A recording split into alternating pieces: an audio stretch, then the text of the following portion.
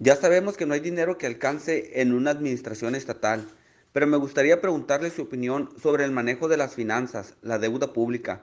¿Cómo ve esto? ¿Qué haría Kiko Monroe si fuera gobernador? En lo que atañe el tema de deuda pública, al segundo trimestre del año 2020, la deuda bancaria del gobierno del Estado y sus entes públicos, es decir, en donde se incluyen a paraestatales, ascienden a un total de 23.220.5 millones de pesos. Del tercer trimestre del año 2015 al segundo trimestre del 2020, la deuda pública del gobierno del Estado y sus entes han aumentado en 5.566.2 millones de pesos, es decir, han tenido un aumento del 31.5% respecto al saldo que se tenía al final de la pasada administración estatal. Este incremento de la deuda pública en Sonora supera el aumento de 19.8% que se registró precisamente en el mismo lapso en conjunto con las deudas de los 32 estados del país. Es decir, si pones en ponderación lo que aumentó la deuda del estado de Sonora con la suma de las 32 entidades federativas, hay un desfase muy marcado. Asimismo, y de esta forma, en septiembre del año 2015 a junio del año 2020, Sonora se encuentra entre los 6 estados del país que más han elevado el monto de su deuda pública estatal, solamente detrás de Nuevo León, de la Ciudad de México, del Estado de México, de Chihuahua, y el otro estado es Jalisco. Otro tema fundamental tiene que ver con el presupuesto y el gasto público. En el año 2020, el presupuesto de egresos, es decir, lo que se gasta actualmente en el estado de Sonora y que fue aprobado precisamente por el Congreso del Estado para dichos efectos, asciende a 70.261.5 millones de pesos, un 2.7% superior a los 68.432.4 millones de pesos que fueron presupuestados el año pasado, es decir, en 2019. Del gasto total, el 82.7% de esta cifra es lo que me preocupa. Corresponde a gasto corriente, es decir, a gasto burocrático. Hablamos de la cantidad de 58.097.4 millones de pesos como la cifra de gasto corriente. Es la más alta en la historia del estado de Sonora. Y el gasto corriente, como sabemos y lo entendemos, es el monto de recursos que se aplica solamente para el pago de sueldos, la compra de materiales, el pago de servicios y de transferencias a organismos paraestatales. Es decir, no es un gasto que produzca. Es por eso que el estado de Sonora no crece, porque no hay inversión pública en infraestructura, porque todo el gasto de esa ley de egresos se va precisamente al pago de nómina de esos materiales o de esos organismos paraestatales. En contraste, para el año 2020, el presupuesto del capítulo 6000, el que corresponde a la inversión pública o a la obra pública, ascendió al 2.5%, lo que equivale dentro del presupuesto total de 70.000 o más de 70.000 millones de pesos que, como ya mencionamos, es lo que está autorizado el gobierno del estado de Sonora a gastar en este 2020, a una cantidad de 1.737.4 millones de pesos, lo cual es verdaderamente insignificante.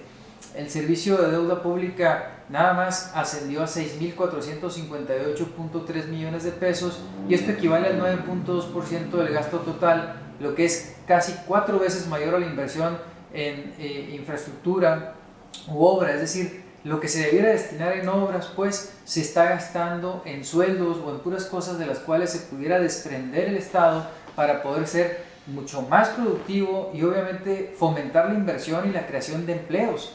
También se desprende que del presupuesto de deuda es 4 veces más grande que el presupuesto de obra pública, por lo que no hay precisamente ahora obra pública. Por eso es que no vemos a ningún funcionario dando un banderazo o cortando un listón de obra pública recién inaugurada, porque no se está gastando en ello simplemente, y consecuentemente quienes resienten esa carencia de obra pública pues son los ciudadanos de las diferentes ciudades y por supuesto la economía del Estado, porque todos entendemos que la inversión en obra pública es un detonante de las economías regionales, estatales y nacionales.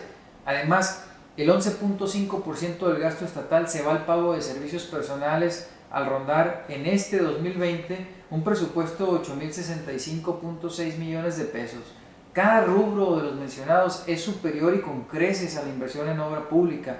Las dependencias con más presupuesto de este 2020, y este es un dato muy revelador, fueron la Secretaría de Educación y Cultura, con un saldo de inversión de 20.753 millones de pesos. Pero curiosamente esto no se ha traducido en mejores escuelas. O sea, se gastaron casi 21.000 millones de pesos y no tenemos mejores escuelas. El ISTESON, por ejemplo, se gastó 7.542.6 millones de pesos y no hay ni siquiera medicinas en las farmacias del ISTESON, ni en los centros de salud. Y la Secretaría de Salud, de manera muy particular, se gastó 6.746 millones de pesos y tampoco tenemos mejores hospitales ni equipamiento para atender o enfrentar el COVID-19 de una manera oportuna y segura.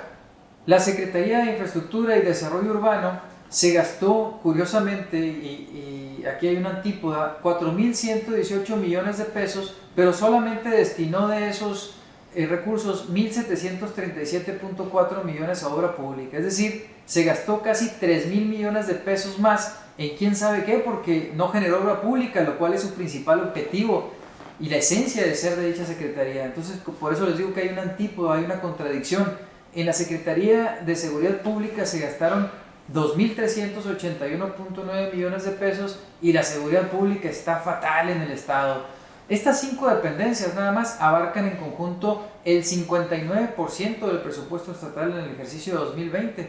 Específicamente, el de Seguridad y Justicia se gasta anualmente el 7.2% del presupuesto total estatal. En 2020, el presupuesto destinado a participaciones de aportaciones para los municipios ascendió a 8.400 millones de pesos, es decir, apenas el 1% por arriba del presupuesto aprobado en 2019.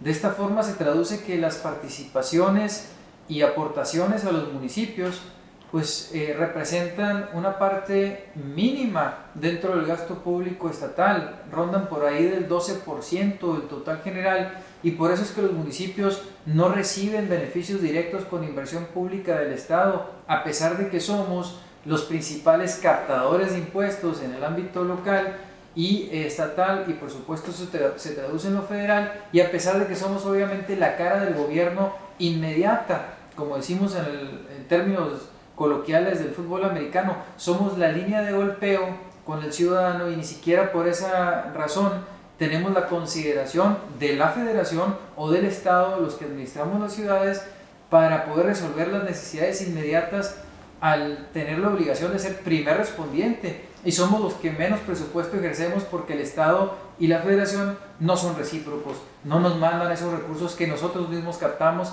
y a los cuales deberíamos de tener acceso, desprendido precisamente del convenio federal hacendario.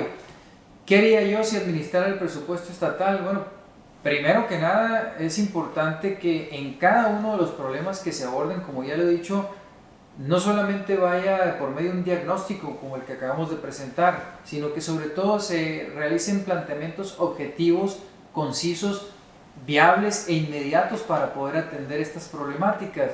Y creo que esa visión debe de cambiar en lo inmediato en el Poder Ejecutivo del Gobierno del Estado. Debemos de contar con perfiles en el Gobierno del Estado que le apuesten a crecer de abajo hacia arriba, es decir, debemos de cimentar el edificio desde la raíz, como una construcción que no queremos que se caiga, no desde la cima, sino apostando a la inversión desde el municipio, precisamente para que sean los que habitan esas ciudades o ayuntamientos los principales beneficiarios del gasto público. Eso como primer punto en el orden de ajuste de las cosas como se vienen logrando. La deuda pública debe de revisarse y obviamente de buscar mejores condiciones, se tiene que reestructurar y sobre todo se debe de privilegiar la inversión en obra pública estratégica. Debemos de atraer más inversión en base a ese enfoque de gasto en obra pública y consecuentemente se tienen que generar más y mejores empleos desprendidos precisamente de ese enfoque de inversión estratégica. ¿Qué quiero decir con inversión estratégica? Más aeropuertos, más carreteras, más puertos, obviamente propiciar condiciones para que el ferrocarril vuelva a ser funcional y deje derrama en las ciudades. Tenemos que generar infraestructura básica en las ciudades para que puedan crecer en economía, es decir, con agua crecen las ciudades, obviamente con servicios de salud, con servicios de drenaje y de electrificación con capacidad suficiente para atraer industrias.